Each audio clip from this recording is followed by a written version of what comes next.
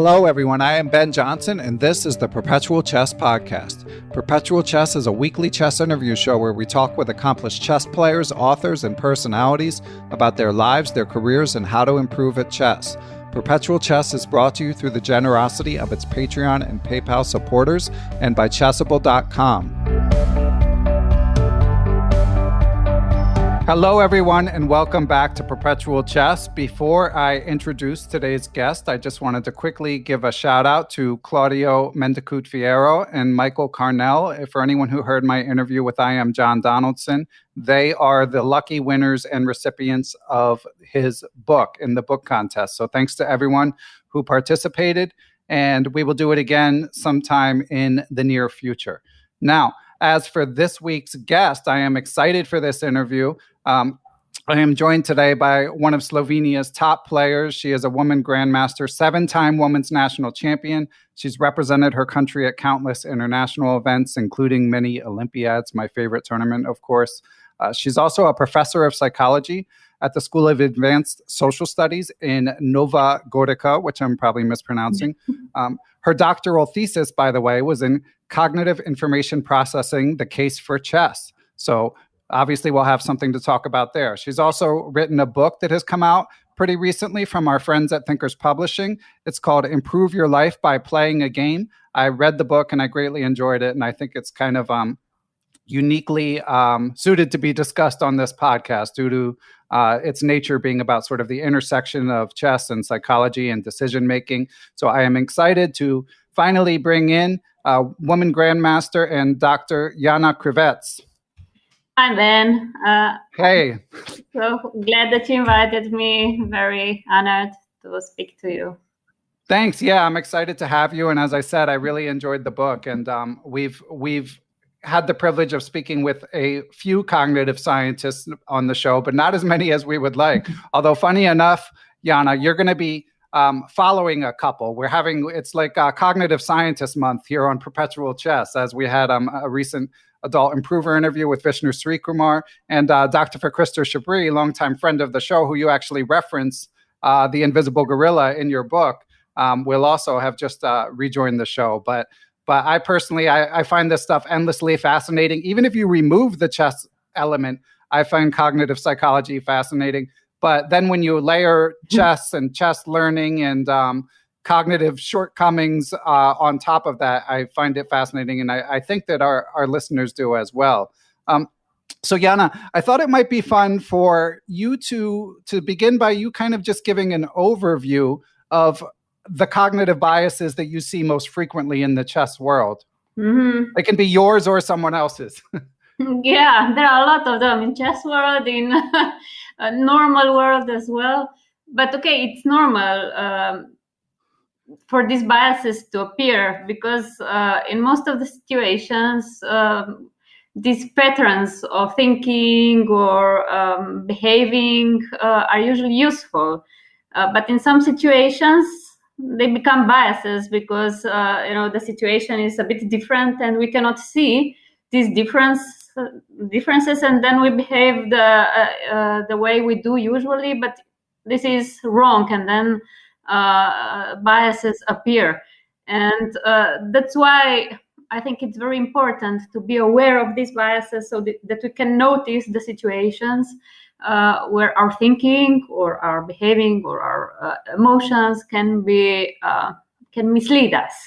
So here, for example, at the beginning, I would like to emphasize how this flexibility is also very important in thinking to avoid these biases and to avoid this fixation in thinking and this tunnel vision, and just try for objectivity, because this is something that will lead us to most optimal solutions in each situation. So if we reject being flexible, objective, then biases may appear more often. And this is something that is our choice, how we will see things, how we will approach the situations, how we will reflect our thoughts.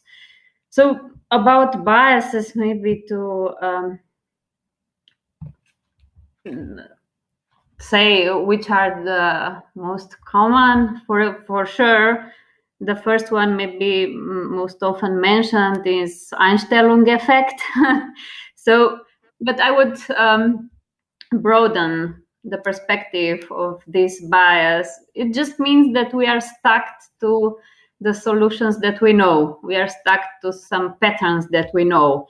And again, we're not flexible to see some other options, other solutions, and we just behave the way we know. And okay, this is normally useful, but sometimes some better way, better move just slips. Yeah, and we cannot see it. So in this case, it's for sure it's very important to keep an open mind all the time and to be present in each, for example, in chess, in each position, and just search for some deviation from things that we know, and just not stuck to this knowledge that we have completely 100%, because also, you know, creativity is something that demands open mind and demands new ways of thinking and putting behind a bit our knowledge and search for new ways. So but again, it's not so easy to do it, because it leads us to some uncertainty, and you know, we feel safer in a in a position that we think that we have under control everything, that in positions that we think that we don't have complete control over the board. So we need to know how to tolerate the uncertainty so that we can be flexible and we can avoid these kind of biases where our fixation can be a problem, even if the solution can be satisfied at the end, but we can miss something. There were several experiments in psychology on this in this field. For example, they showed a position to a chess players, and okay, in the case of smoother mate, and they find it quickly, of course, but they should find the quickest way to win the game, but they immediately found the smoother mate and didn't try to search further, and they missed quicker way, but okay, they found the good enough solution. right. Also, yeah, which is also it can be a good thing in life, or for also not to strive for perfection all the time, but just to be satisfied with good enough solution.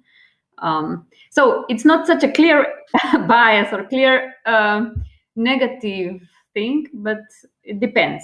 Sometimes it can be really devastating if we cannot move away, step a bit higher and see the whole picture and see something different, something new that may appear in new situation in life or in chess. So yeah, this is one interesting, I think, phenomenon that can happen. Then another thing that is also very common, can be seen from different angles, is how we perceive our knowledge and how confident are we in our knowledge, and whether it's objective or it's too subjective, so it deviates from the real knowledge that we possess. So here there is one well-known effect that is called Dunning Kruger Effect. Maybe. Yes, right? yeah. Yeah.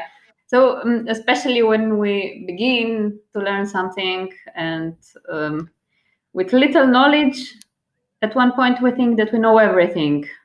It's also, for example, in Kahneman's theory, thinking that you know everything there exists. Yeah, what you see is all there is, I think. Yeah. Illusion of superiority.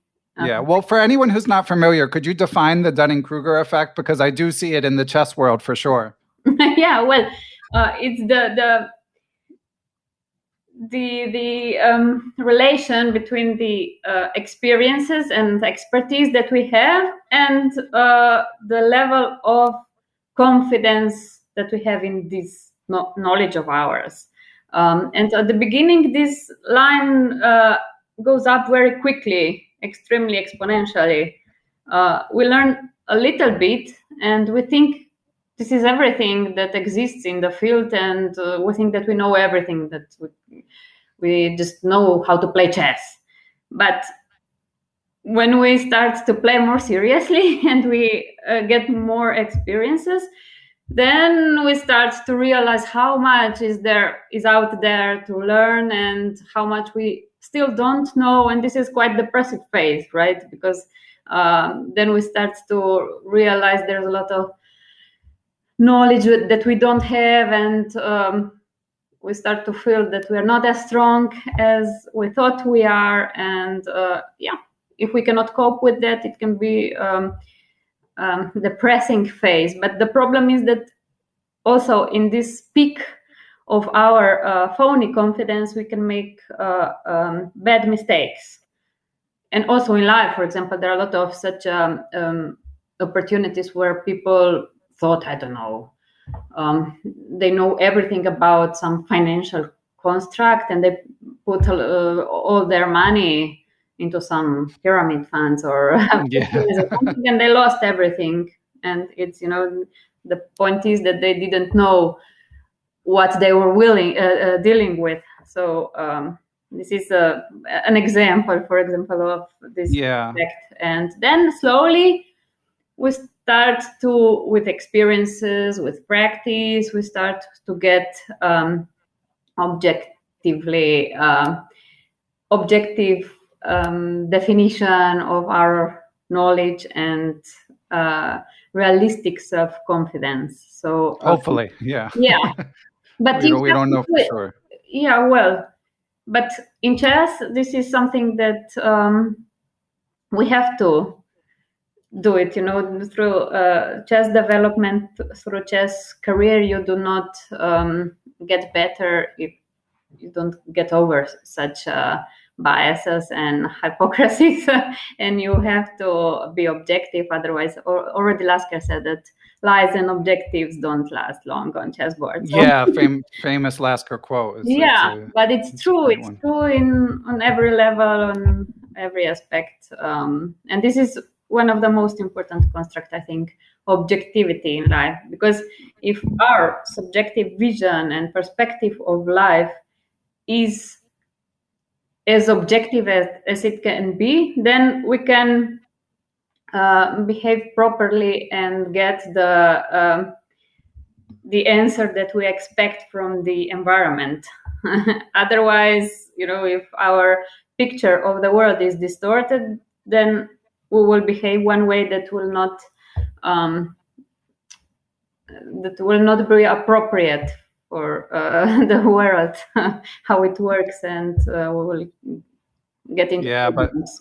But everyone goes through it. So the Lasker quote is, on the chessboard, lies and hypocrisy do not survive long. The creative combination lays bare the presumption of a lie. The merciless fact culminating in the checkmate contradicts the hypocrite. Mm-hmm. And regarding the Dunning Kruger effect, I definitely see it. I mean, anyone is susceptible, and as with a lot of these cognitive biases, being aware of them doesn't necessarily mean that you're not susceptible to them. But I see it in particular with newer players who are really excited about chess and ready to dive in and spend a lot of time studying it. But they often have misapprehensions about the learning curve. And it's funny that you mentioned the finance world, because I had a similar experience personally in the finance world when I got really interested in financial markets, and I thought that I was going to figure out things faster than other people. And it didn't work out that way. And in chess, often, like when you realize the sort of mountain in front of you, that's when the journey really begins. But I mean, there's so much to learn. And also, Jana, getting back to what you said about the what you see is all there is effect, which you could also sort of describe as tunnel vision, as Kahneman discusses in Thinking Fast and Slow, and as you mentioned in your book. So chess players, again, it's good to be aware of it. And I mean, a manifestation in a chess game might be someone just focusing on their own plan and not really thinking about what their opponent's trying to do. What sort of advice do you give? Like, how can we combat that in our games? Well, it's nothing is easy. Just to overcome it with one in one hour. Bit of advice from you. It's work. Yeah, for every big thing deserves a lot of hours of work. So also here you need to analyze games, and then you can see, how many mistakes you've done during one game, and then you realize that you're not as good as you think you are. And you, of course, sometimes even the trainer can tell you something and you don't believe him. You need to experience on your own. You need to see it on your own, in your own game, that you will lose if you will continue to play like this, even though you think it's the right way. And then, some things cannot be just taught out of books, but has to be played and experienced, all the feelings that comes with these experiences. So, and the memories that are combined with feelings are stronger, and they they last longer. So but the great point, great aspect of chess is that, okay, we can lose a game or 2 or 10, but we don't have to lose, a house or all our feelings. That's true. So although sometimes it feels like you lost a house or something. But that's good, because the feelings are real or on the same level, but the real consequences are not that devastating. So so that's the good point, I think, of chess, that we can learn things that are also useful in everyday life, but in a bit more safe environment from our existential point of view. Even though, again, it's very important how we define loss in chess. It's not at the end of the world if we lose a game. Some people don't have food to put in their mouth, but they are hungry and thirsty, and we have to compare things in life and put priorities, and then we can see that to lose a game is not the end of the world, but it's a path to grow, to develop in chess. So this is a good thing that we have to learn. Otherwise, we cannot play chess if we are afraid to lose. But this is some other bias that is very often in chess players' mind, that to lose is much more difficult than it's very difficult to lose. Therefore, we try to avoid. It's again one of the Kahneman's also biases, loss averse. We try to do everything to avoid the loss. We rather make 2 draws than to lose one game. But at the same time, it's the same. Yes, if we make 2 draws or we lose one and win one game, and that's also in this manner we start to see our opponents in a certain way. For example, it can be the opposite of the Dunning Kruger effect. This lack of confidence is also problematic if it's not objective.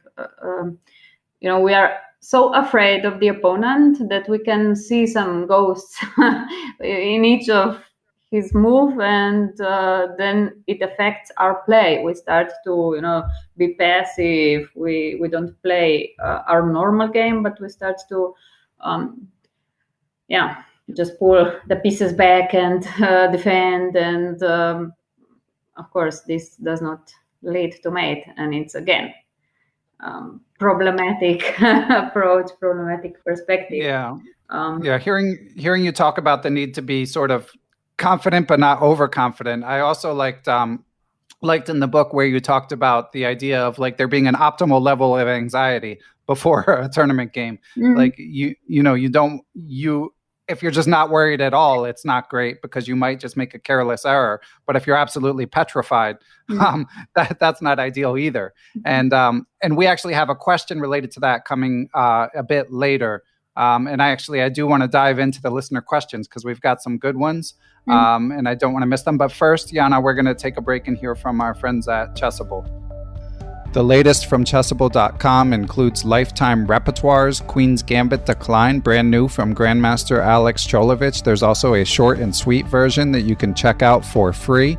Speaking of chess psychology, as we are with our guest Dr. Krivec this week, there is a brand new course called The Psychology of Chess Tactics that gets into the mental game behind finding chess tactics. And last but not least, popular Grandmaster Simon Williams, aka Ginger GM, has a fun new course called Grandmaster Gambits 1E4. And all of this can be learned with Chessable's proprietary Move Trainer technology. So go to Chessable.com and see what they have to offer.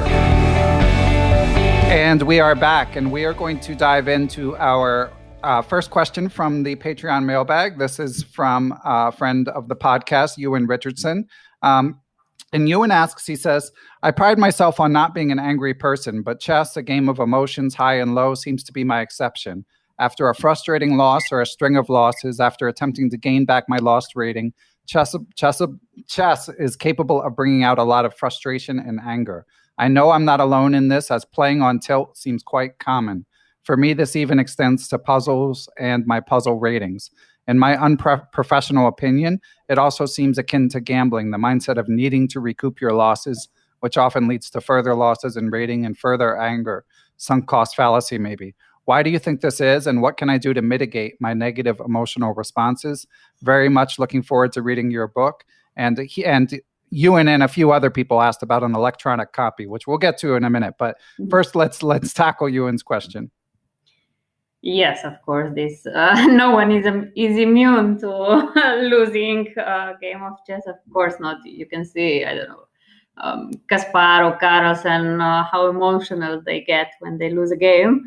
But the fascinating thing is that even though, for example, Carlsen is very angry when he loses a game, but he comes back twice as strong the next day and beats his opponent the next day. So this is something that I think each great player has to possess. So it's nothing uncommon. Of course, if something is meaningful to us and losing that thing represent a kind of threat to us, so it's not unusual to be angry about ourselves, or if we think that we made some mistake, if there is some obstacle, or sad if we lose because we lost something. So it's kind of important also to realize what feeling we are experiencing.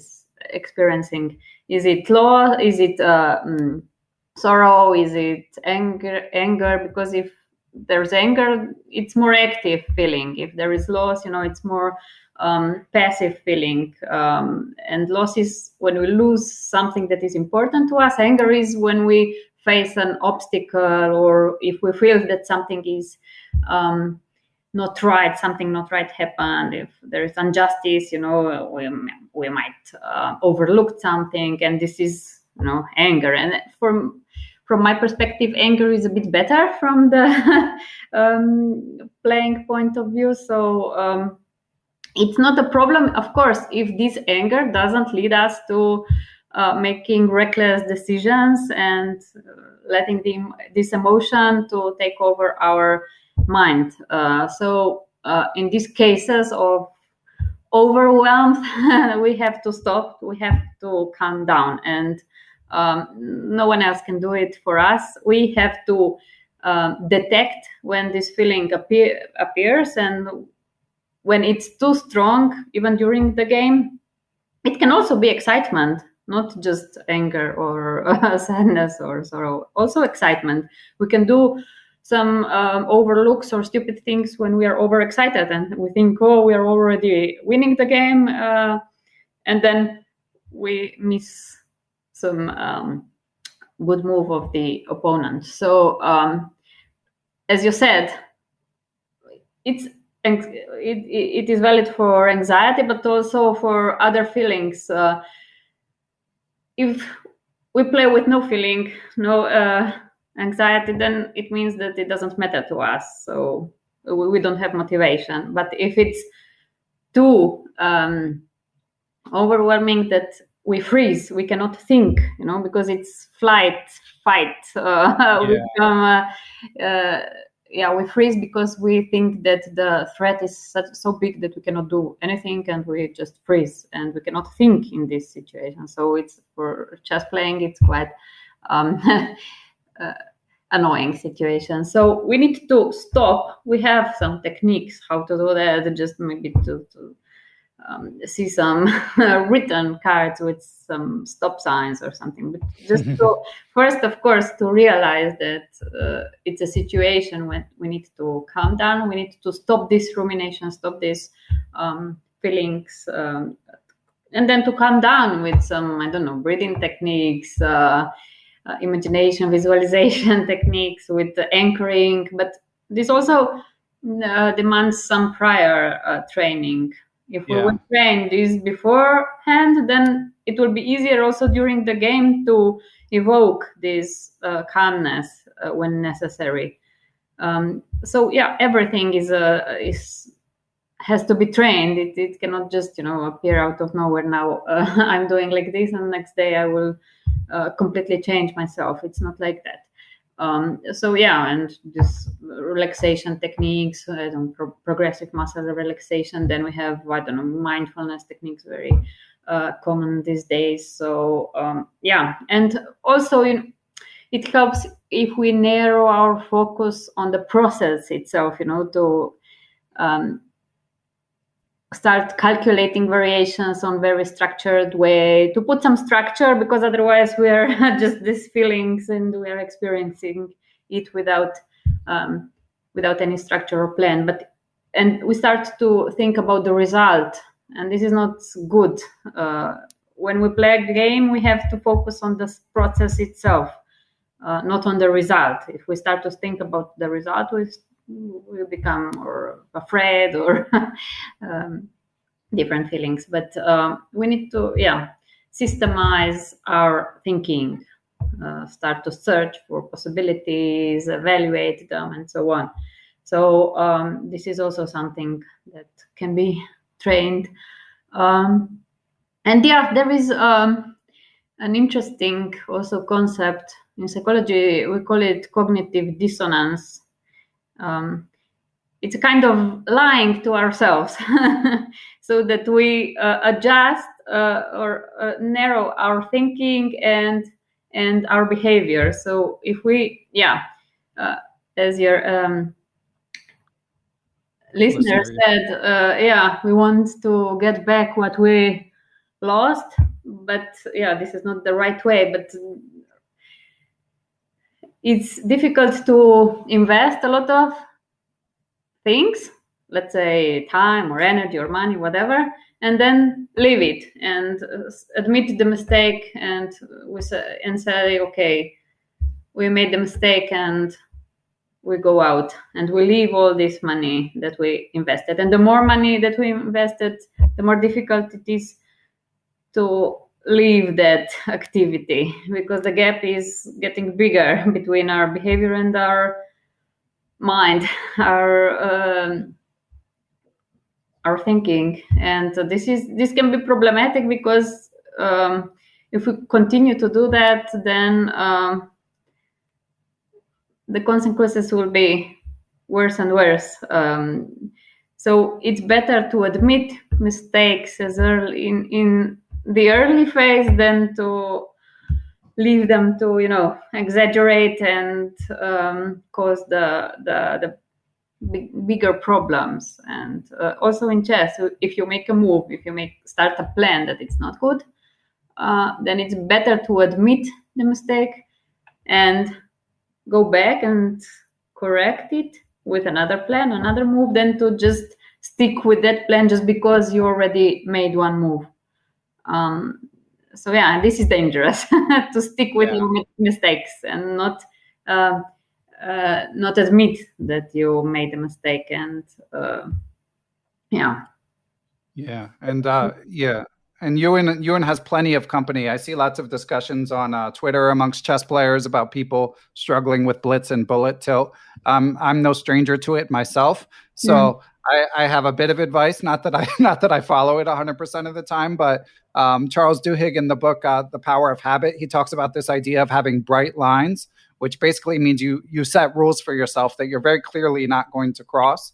And I think with like computer online stuff in particular, it can be important because there's no one necessarily monitoring your behavior. If you have some like multi-hour blitz session that makes you have a sleepless night, there's no one necessarily watching you.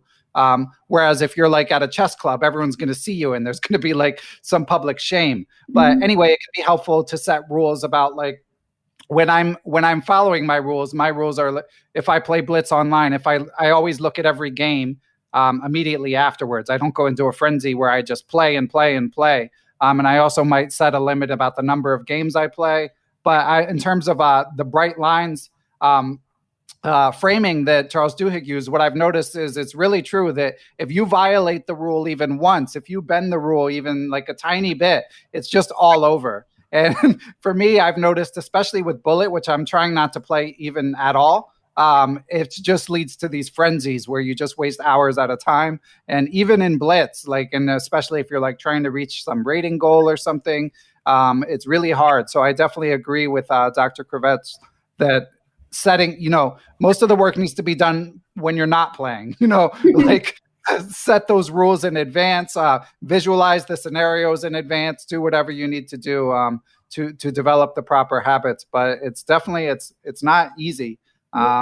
So yeah, it's not easy, but I agree totally with what you said. That if you plan ahead, then it's not such a so unknown situation, and you reach it. You have a safety plan, as you said, rules. You can interpret them as a safety plan. For example, suicidal people have a safety plan because when the emotions are there, you cannot think straight, and you need to just to look at this safety plan, which can hang from the wall, and then you see, call this person, and you will call it. Just follow this rule. It's much easier than to decide in that situation and think clearly, because you cannot. So these written rules, even though it sounds maybe primitive, but it helps in such situations because you don't have control over you're taken by emotions, you're in, and it's difficult to stop it sometimes. But as you said, the more you train, the easier it is to control all this. And so Jana, have you struggled with these issues at all in terms of like online chess? You mean only on? Do you find it hard to quit playing, or do you find yourself chasing a certain rating or stuff like that? Of course, we all have the same problem. It's very addictive because you need to recap these losses or win some games, and also it's a motivation, it's dopamine, because you expect some reward at one point, which is not so certain, but at one point maybe there will be a reward, and you want to have it, and you cannot just leave it and finish and go to bed without the reward that you are striving for. But after a few losses, then and the drops of rating, then I say, okay, there's no point, and I tried. And it never feels that good. Like if you like don't follow the plan you had, and you end up like chasing some rating goal or something, and if you do get it like 90 minutes later, it doesn't even feel good. It's like 5 minutes later you've forgotten about it, and you're like, what? Why did I do that? But usually you don't get it. That's true too. Usually you do not.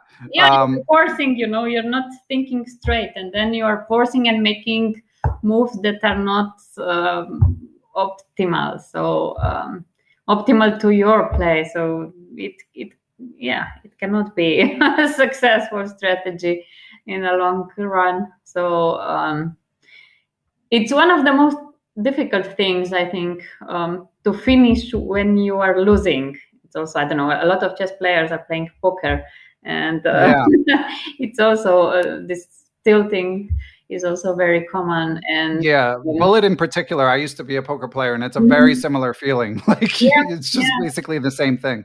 Yeah, you need to accept the loss without trying to repair it in that exact moment, but you need to see the broader picture. You will repair it, but not just, in chess you also need to learn how about this delayed reward. You don't have to have it immediately right now. So what is maybe redefine the reward. It's not the win of one game, but let's say in 6 months I will grow with rating for or the reward could be based on following your rules, so that you're not like you have the right incentives. But maybe at that point it's difficult to realize that is a reward. But well, you could actually, but you could have like a treat or whatever, or a drink, like set up a framework to reward yourself. At some point, you can also use these external stimulation, not only internal. But I think the most important is to experience both variations, both scenarios, and that you see that if you would continue to play like that, you would lose even more. So the reward is there because you just lost, one game instead of 10 games, if I exaggerate a bit.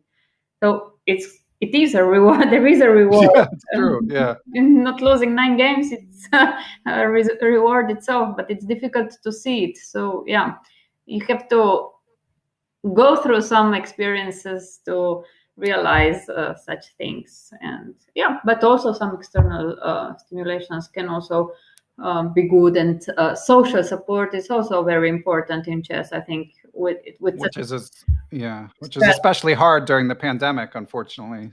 For a lot of people. But otherwise, sometimes it's difficult because if you lose a game, you cannot change anything in that moment. So you need to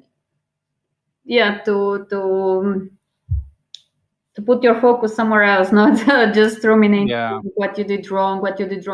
There is time after the tournament. Okay, of course, we all chess players analyze their games immediately after to see where they made a mistake. But if this rumination continues through the night and you cannot sleep and you just think what you should have done in the game, then this is not effective, and it will not bring you any positive things for the next game. So you need to refocus your attention from that game to the next one. And after the tournament, then you start to do different analysis, more holistic and deep. So it's not time. The time is not right, during the tournament, or just. So in this case, social support is very important. Okay, well, good advice, you, and I hope this was helpful, but I hate to tell you, it's basically a lifelong struggle. It never goes away. This is life. It's active. You have to be active. You have to learn new things, develop yourself, personality. So it's life. It's not something that we should take as a burden. Oh, we have to train. No, it's also a nice process, and it's a nice feeling when you develop some quality of yours and some skill. And it's life. If we are not active, we stop. So I think we should take it from this bright perspective, not from complaining about it. I like that. Okay, and we've got another question from the Patreon mailbag. Patreon supporters of the podcast, of course, are able to find out the guests in advance, and we got some good questions for Jana. And this one is from Brian D'Souza.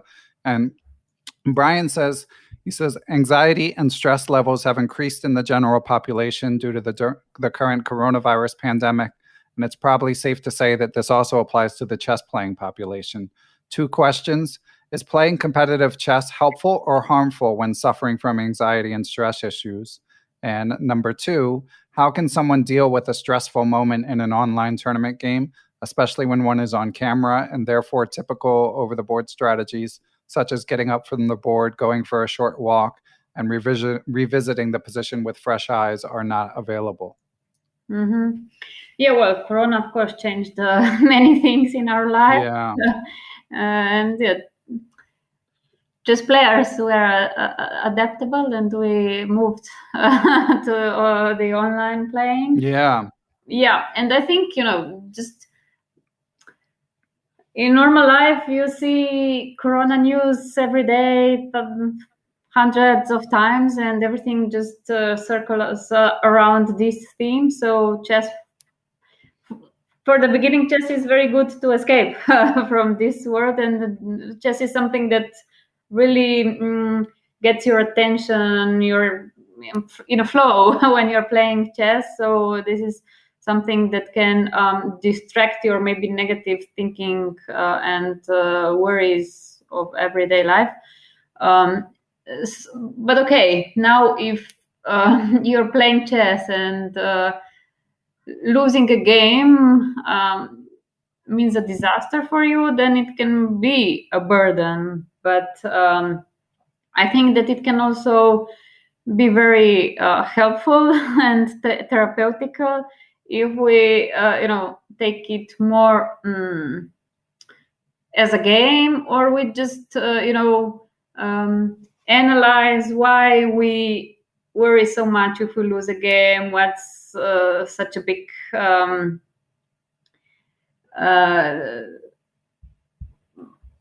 it's such a big thing to us to lose a game, because it's not, this is really a therapeutical thing through projection of chess and the loss of a game, because we don't have to be perfect in everything. And this is something, for example, that is highly connected with anxiety, this perfectionistic thinking. And if we are not doing everything perfectly, then we are worthless, and other people will not love us, we will not be competent of anything. So chess is, again, a perfect domain to analyze, self-reflect our thinking and experiences in the cases if we lose a game, or how we defined the result that is so important for us, so that we get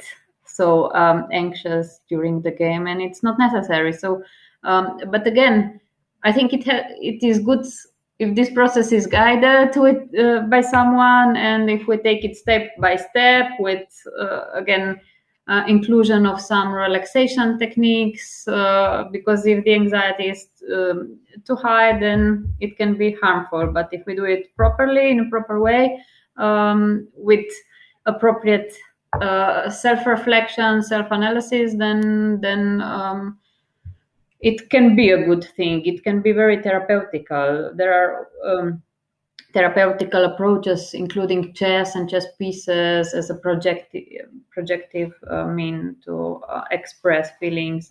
But it helps if you speak to someone what is going on during the game of chess. For example, it's also very interesting if you write down the game in a formula, and then you can analyze your writing, and you can see what was happening during the game just from the formula.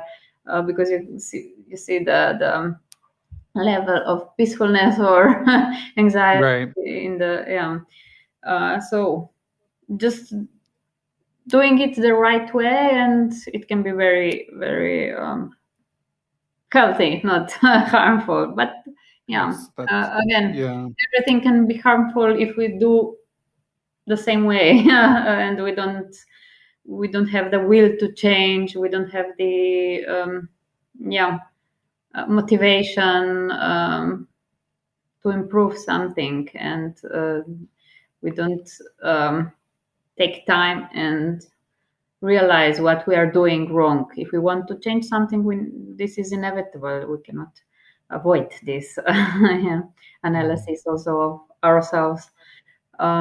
And the second part of the question was something connected with the computers and well, specifically playing online. Yeah, he's saying it sounds like Brian has developed some de-stressing techniques for when he's playing over the board, but they often involve movement. They often involve like standing up and walking around and stuff like that. So, but when you're playing online, because everyone's concerned about cheating, you can't leave the camera.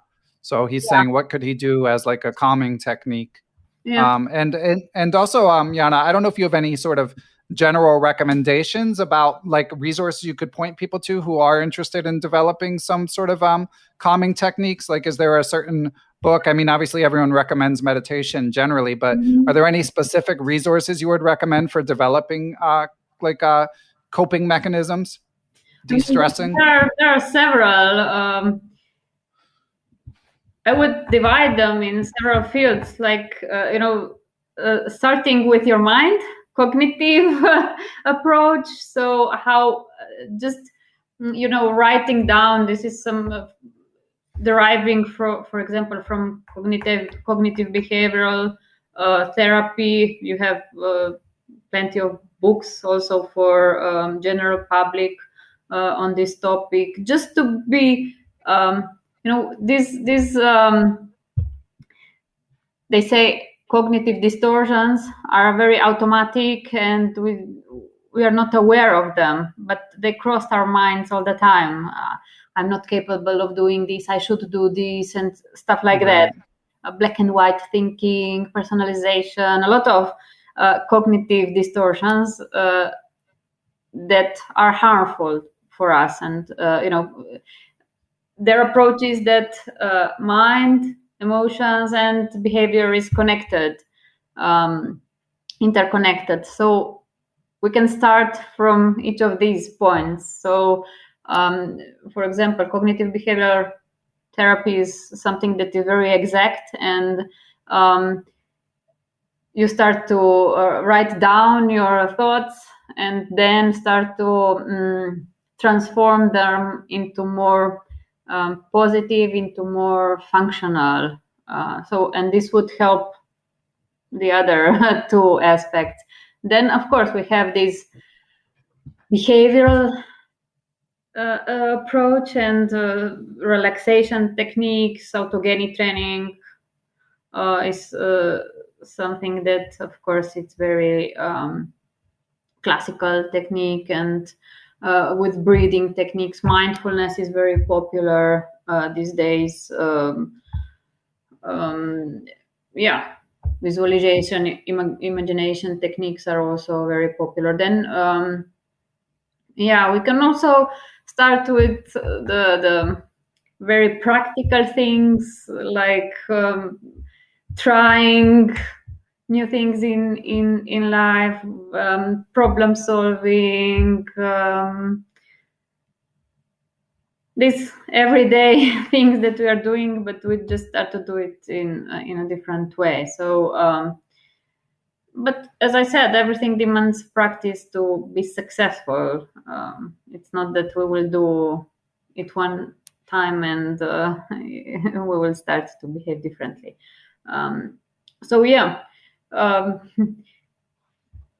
Behind computer, we can still do some of these techniques. For example, colorful breathing is some technique, or as I said, anchoring, where we recall some feelings that we associated with an anchor beforehand, and also, these online games are usually shorter than classical games, so you still have time to go and take a deep breath outside, get the fresh air, and also, you can adjust the environment to you more personally than big tournament hall where everyone sits there. And I think the techniques are more or less the same. And and can you think, I mean, I know you cover this in your book. I mean, your book, I think it would be quite helpful to Brian and to others, but can you think of any specific resources if there's anyone listening who's never tried any sort of relaxation technique? And if you can't think of it, you can always let me know, and I'll put it in. Like, I'm putting you on the spot, so you can let me know, and I can put it in the show notes if you can't think of anything offhand. But I'm sure there are people who would like to try it, but are like fairly new. I mean, I have some history with this, but I don't even remember what resources I initially used. But anyone who's taken up meditation sort of learns these methods. I mean, there are so many. Even if you Google, you just need the right terminology, and you just Google like autogenic training or progressive muscle relaxation or. What was the first one? I heard progressive. What was the one before progressive muscle relaxation? Autogenic training. Okay. You have also very interesting methods. New one, neuro or biofeedback. You have such devices that monitor either your neural brain waves or your physiological response, like heart rate or skin conductance, and they give you feedback through computer and you play games which are actually responses of your, for example, state of relaxation. Very interesting to do it, and you just find your way of relaxing or concentrating, because or for example, you have this dry measurement of EEG, your brain waves, and if you and for example, delta waves are are there when you are very concentrated, and beta waves or theta waves are where you are very, very relaxed. And so this device measures your brain waves and shows you if you go to the right direction or not. And you see this feedback, and you can adjust or just try new things, and then you realize what really means being relaxed. Because sometimes we mean, okay, we are relaxed, but in reality we are still tense. So this is also something that is very interesting. Or desensitization, it's also one technique that divides one activity into smaller parts, and then you do one part of this activity that is still manageable to survive without too much anxiety, and then you use some relaxation techniques. Mindfulness, as I said, it's also very modern and popular. This is the awareness without any judgment, and expand perception and expanded focus, but without any judgment. So if any kind of negative thought comes, and you just track it out, and you just stay in the moment and just take it as it is. And this is kind of philosophy. So each of these technique has a lot of books, a lot of web pages where you can find concrete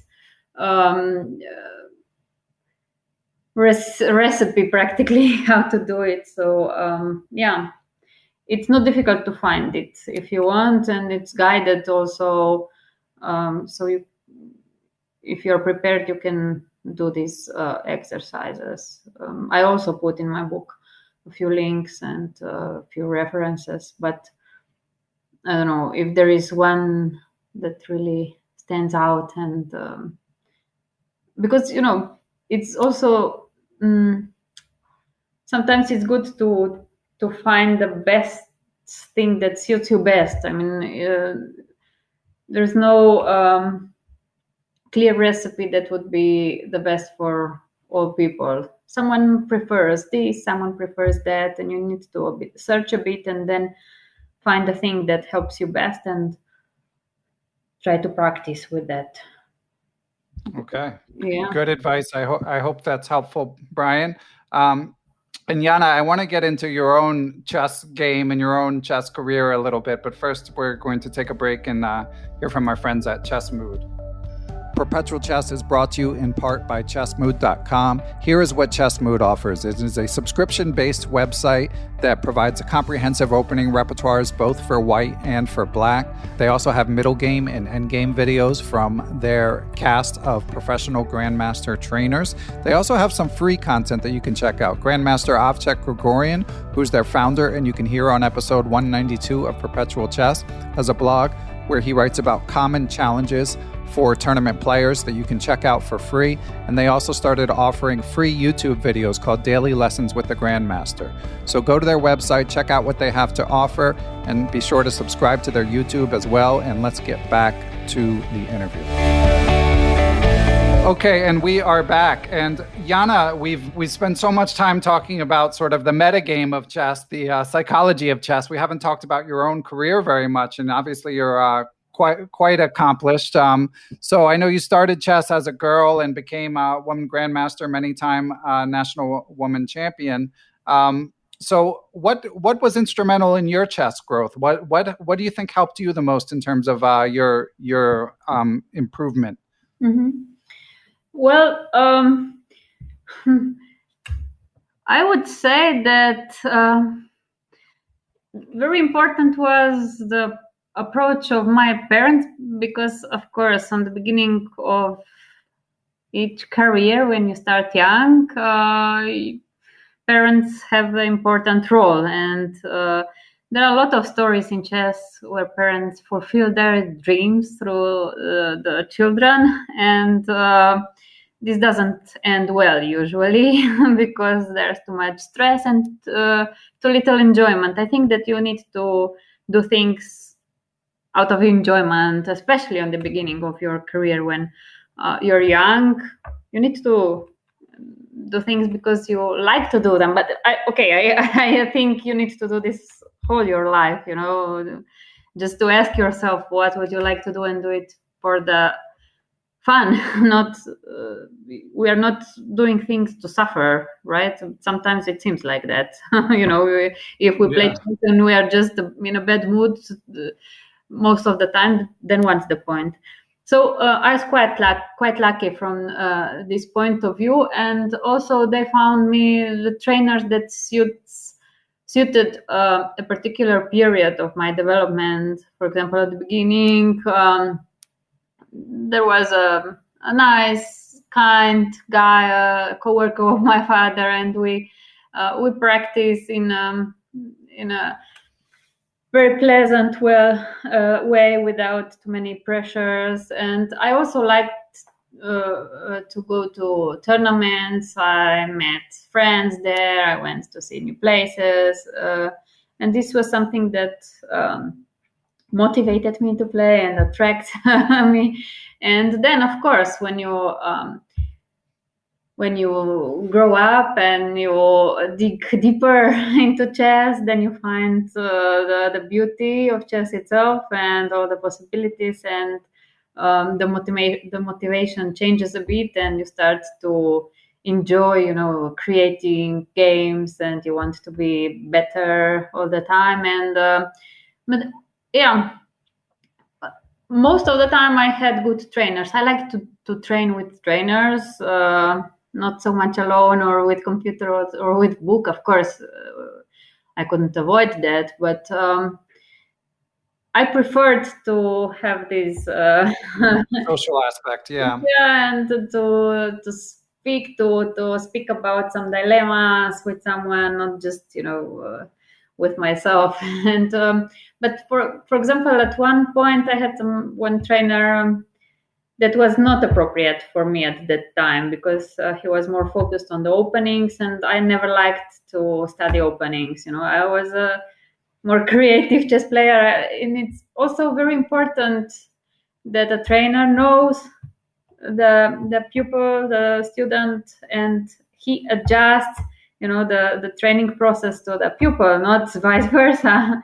Because I had such an attacking style of playing, and it was not for me just to study openings and then, when I made a mistake, okay, we finished analyzing game. This was not for me, and my strength decreased at that point. So yeah, it's very important, this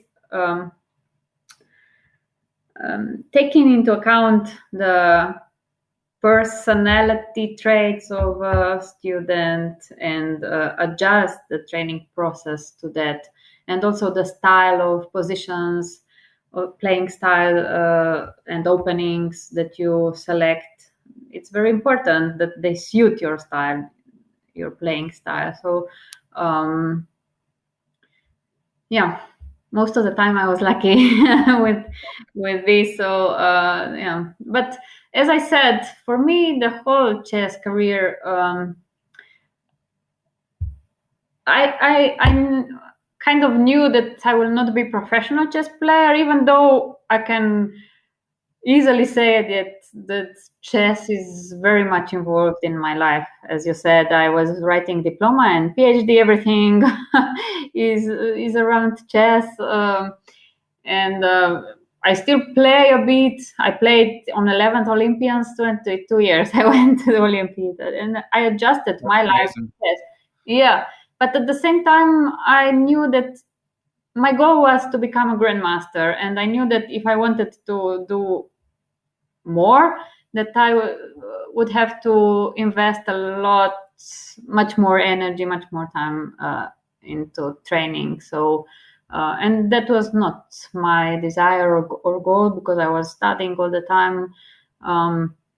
So yeah, I kind of combined this pleasure of playing chess and enjoyment in creating games, and of course this achievement was the goal. The goal of achievement was a grandmaster title. So I had this column somehow. And before the Olympiad last year ended up moving online, were you planning on playing again for Slovenian? Yeah, well, this year we have European team championship in Slovenia. Yeah, I was referring to last year's, because I know last year's it was eventually it should have moved been online. Yeah, it should have been last year, but it moved to this year. It was not online. But well, last year the Olympiad was online. Yeah. I think I even was in the team, but I didn't play. Yeah, it's just not the same. It doesn't. It's not like getting on a plane. No, I don't. Like. Yeah, it's somehow I cannot really connect it with some seriousness. So yeah, I feel the same way. I don't even try. I know. Yeah. I was thinking of that with Brian's question of playing online, where. I mean, if it's making him happy, that's fine, but it's also okay just to work on your chess and wait until you can play over the board again. Yeah, for me, that's real chess. So yeah, I cannot equalize that. So yeah. Well, I think I will always play a bit. Yeah. Once you're a chess player, you cannot go back, and you will stay. Right. Yeah.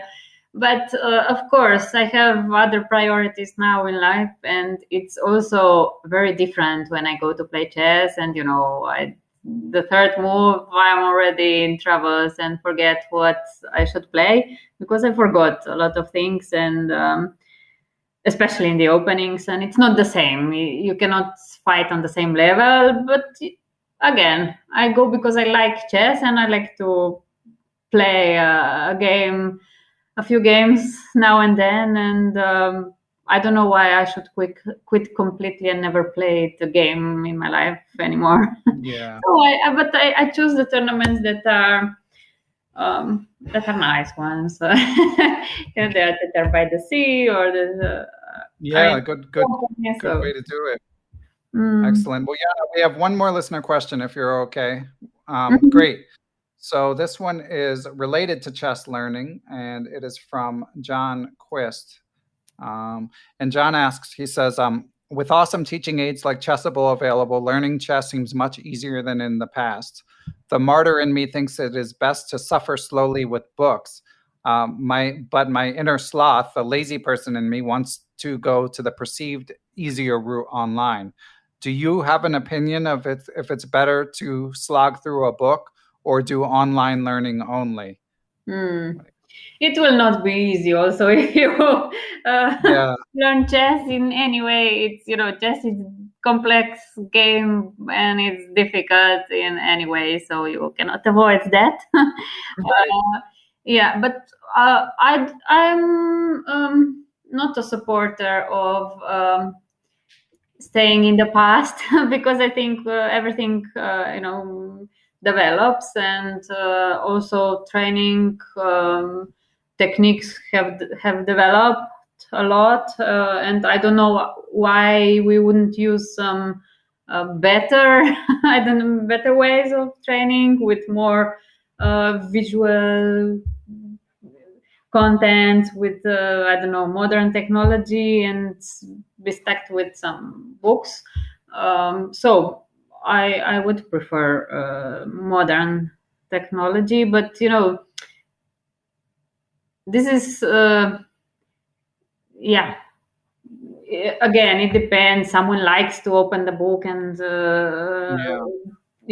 see it over the board. For me, I also like to go and move the pieces on the board, not to watch computer. So it depends. Again, how do you prefer it? But there are so many other things that are important in training. I don't know, that you don't avoid playing tournaments and get experiences through the real games, not just some people, they just train and train and train and they don't know why, just exploring things. Okay, that's another perspective, but it's chess, the goal is to play and to win.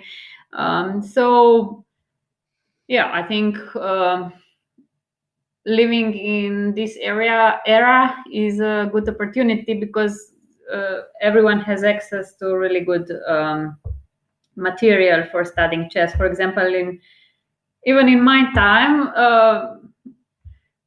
we had books that were written in Serbo-Croatian and in English, but in Slovenian language there were few books and no computers, and there were not much opportunities to have this variety of training options. But nowadays we have it, and I think it would be stupid not to exploit it. So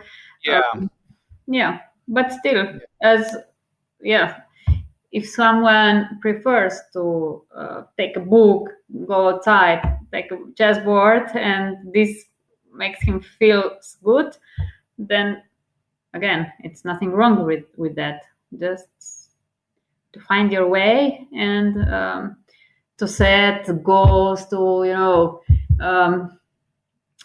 analyze yourself, to discover what suits you best, to not avoid some phase of playing chess. For example, I think it's the threat of today's training can be that we focus too much on openings and then forget to play chess. So these kind of things, one should be aware of. Yeah, and I was going to say, in regard to John's question, it also partially depends what aspect of the game you're working on. Like if you are working on openings, my personal opinion is if you're not using Chessable, you're kind of just doing it wrong, especially above, say, the 1800 level where you really need to memorize lines. But in terms of like general study of the game, appreciating the classics, studying annotated games, I think that can be done online or it can be done analog. There's still room for both. Yeah. In room opinion. For both, and there's no shortcuts, no easy ways. I mean, easy way in a way that you will like to train more, you will be more motivated. That's nothing wrong with that. I think that is good. But to expect that you will just watch one video and you will know how to play chess, I think this is illusion. Yeah. Okay. Well, Jana, I know we've gone a little longer than we said, so I want to thank you for your time. Was there anything else you wanted to discuss before we? I know it's nighttime over there in Slovenia. Before we call it a night. No, I think your questions were very deep, and we could discuss an important matters in chess. So yeah, I think we had an interesting conversation. I enjoyed it a lot. Me too. And I did want to say, because a couple people had written in to ask about if there would be an ebook. I don't know how much you're in touch with Dan and Romain about this. I've been in touch a little bit. So do you want me to answer it, or do you want? I'm in touch with Daniel, and he said that they're planning to do it somewhere in May. Oh, okay. So there will be one, because I know that it's not going to be on Forward Chess because it's mostly prose. I mean, there's actually a lot of pretty infographics in the book, but there's not as much actual chess in the book. It's more about the psychology of chess, but it will be in some sort of ebook form. Yeah, it will be. Daniel said that they will produce it, and it will be sometimes in May. Okay, in May. Yeah, that's not too long. And of course, I'm sure it will be on the Thinkers Publishing website.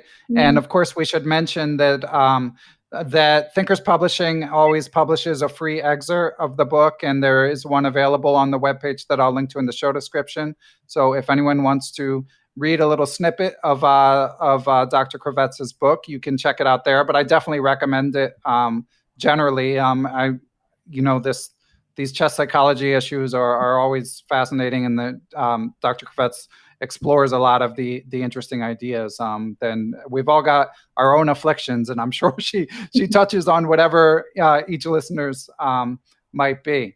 So Dr. Krivec, if anyone would want to reach you, is there a way for them to do that? Should they go through the publisher or email? Are you on social media? What's your preference? Yeah, I'm on Facebook. They can find me on Facebook, no other social media, or email. Okay, so I can link to that. And yeah, thanks again, and thanks for writing a great book. And last thing, what are you researching? Is it like what's going on currently with your work? Is it, even if it's not chess related, I'm curious to hear. No, but it is actually just yesterday. I finalized my review process for one scientific article in the journal Cognitive System Research, and it's still from my PhD. It's about this information processing, the research that I have done on the domain of chess. But yeah, otherwise, I have also other research projects that are not really related to chess, but we have to be also researcher. Yeah, of course. But I enjoy that part of work, because it reminds me on chess a bit, because you need to systemize the design of experiments and research, and you need to strive for objectivity, and you get this competition aspect from the articles point of view and rejection of them. Yeah, less of a meritocracy though, unfortunately, right? Like chess has the rating system, which is pretty fair. Academic world, not as fair necessarily. Yeah, that's true, unfortunately. But okay. Still, I'm focusing on this academic career right now, but I'm enjoying it a lot. Also, freedom, and I'm very happy that I could join my psychological knowledge and chess life experiences in this book, and I'm really happy about your positive feedback. It means a lot to me to hear that people like my thoughts, and it's not typically a chess book with too many chess diagrams, but I think this psychological aspect should not be forgotten, and sometimes it is, and it's always good, to be reminded of that. And it's also connected with some other life aspects, and I have put a lot of quotations in my book, just to remind the readers of great minds and how they incorporated this in their own functioning. So well, excellent. Yeah. Okay, thanks so much. And thank you again for having me. Big shout out to Matthew Passy, my producer, been helping us for over 4 years. Much appreciated as always. I also would like to thank everyone who helped spread the word about the show, whether it be by word of mouth or a positive review on a podcast platform. I can't even keep track of all the platforms anymore, but every review is appreciated. I also wanted to remind you guys, you are always welcome to follow me or Perpetual Chess on social media. On Twitter, I'm at BennyFishel1. That's where I'm most active. We also have the Perpetual Chess Facebook group where we post every episode, and sometimes the guests chime in to continue the conversation. The Perpetual Chess Instagram page is unretired. Follow us at Perpetual Chess, where we post weekly clips. If you would like to email me, the easiest way is ben@perpetualchesspod.com. Also, of course, want to thank our sponsors, Chessable.com and ChessAim and Chessmood. Thanks for helping the cause, guys. Much appreciated, and great products that I'm proud to be affiliated with. Last but not least, of course, I want to thank all of our Patreon and PayPal supporters. I would like to give extra special thanks to the following people and entities: Chessable.com, David Lazarus of LazmanChess.com, Quality Chess Books, the Capital City Chess Club, the Abysmal Depths of Chess blog, Adapta Interactive Web Designs and Services, the Apprentice Twitch channel, Andrew Alharji, Andrew Bach, Aniti Deer, Austin Clough, Benjamin Porteau, Bill Sigler, Kathy Carr, Chad Oliver, the Charlotte Chess Center, the Chess Central's Chess blog, Chessmood.com, Chris Flanagan, Chris Lott, Dan O'Hanlon, Daniel He, Danny Davidson, David Schreiber, I am Dimitri Schneider, I am Eric Rosen, Eric Tam, Ewan Richardson, Farhan Thawar, Faraz Sawaf, Gary Foreman, Glenn Downing, Greg Harst, I am Greg Shahadi, Gregory Galuk, Guven Manet, James Holyhead, James Kennedy, Jeff Martinson, Jens Green, Jeremy Nielsen, John Jernigan, John Rockefeller, John Cromartie, John MacArthur, Kelly Palmer, Kevin O'Callahan, King Selt, the King's Crusher YouTube channel, one of the OGs of chess YouTube, Lucio Casada Silva, the law offices of Stuart Katz, Matthew Feeney, Michael Can, FM Michael Oblin, Mike Zelazny, Mr. Mike Shahadi, the famous Mr. Dodgy, the Nerdnaze Twitch channel, Peter Sodi, the Playmore Chess Academy of the Hamden Chess Club, Reuven Fisher, Reverend Roy Fry, Seattle Chess Club, Shane Unger, Stefan Kelty, Stephen Martinez, Sven Gierson, Thomas Stanix, Thomas Tachenko, Todd Bryant of StrongChess.com, Todd Kennedy, The Vintage Patzers, which is a Chess.com improver group, Wayne Beam, William Hogarth, and I also would like to thank Aaron Waffler, Ace Viega, Adam Ralph of ChessEngland.com, Adrian Gutierrez, Alan and Maggie Sue, Alex Pejas, Alexander Markovitz, FM Andrei Terakov, Dr. Andrew Perry, Angus McLeod, Barry Hessian, Bill Juniper, Bill Moran, Brad and Andy Rosen, Brett Howard Lynn, Brian Chase, Brian Mullis,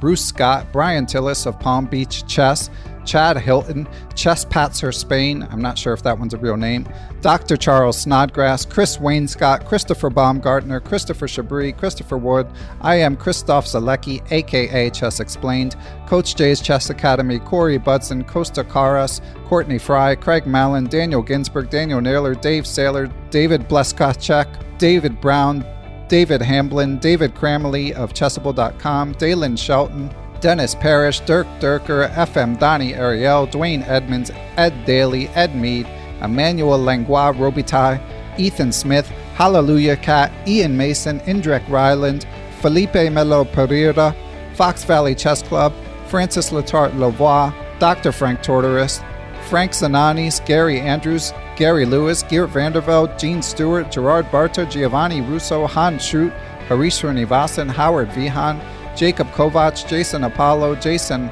Murray, Jacques Perry, James Aspinwall, James Bonastia, James Muir, Jason Woolham, J.D. Chakrabarty, Jeff Anderson, Jeffrey Martello, Yep Hoyland, Jerry Wells, Jim Ratliff, Joe Valdez, Joel Thomas Ramos, John Tully, Juan Almagar, Dr. John Fallon, John Fernandez, John Fontaine, John Hartman, Jeff Jeffrey, John McMurtry, Jonathan Slater, John Quist, John Tully, Jose Rodriguez, Justin Gardner, Jen Shahadi, Joe Rocky, John Thompson, Josh Friedel, Kare Christensen, WGM, Katerina Nemtsova, Kelly Palmer, Kevin Pryor, Kior Gata of the Lakeshore Chess Club, I am Kostya Kovyutsky of the Chess Dojo, Krishna Gopala Krishnan, Kyle McAvoy, Larry Cook, Larry Ryforth, Laura Boyovsky, Macaulay Peterson, Mark Fitzpatrick, Mark Miller, Martin Knudsen, Martin Krug, Matthew Passy, Matthew Tedesco, Matthias Plock, Mechanics Institute of San Francisco, Michael Allard, Michael Hudson, Mike Clem, Mitchell Fabian, Nate Gabel, Nate Solon, Neil Bruce, Nigmat Mulajanov, Nicholas Isabel, Olaf Mueller-Michaels, GM Pascal Charbonneau, Passy Passanen, Paul Bain, Paul Clarkson, Paul Swaney, Paulo Santana, Peter Lux, Randy Temple, Ricky Grijalva, Richard Hallenbeck, Robert Tichy, Robert Turner, Rory Coleman, Rory Yearwood, Ryan Berg, the Say Chess YouTube channel, Scott Doherty, Scott McKinnon, Sebastian Finsterwater, Seth Bruzica, Shane Unger, Silver Knights in Richmond, Stefan Roller, WGM Tatya Abrahamian, Tim Brennan of TacticsTime.com, Tim Seymour, Timothy Ha, Tom Edsel, Tomas Komanich, Tony Rotella, Tyron Price, Vishnu Sreekumar, William Brock, William Peterson, FM Zhao Cheng of Chess1000.com, and Zhivko Stoyanov. Thanks, as always, for the support, everyone. I will catch you guys all next week.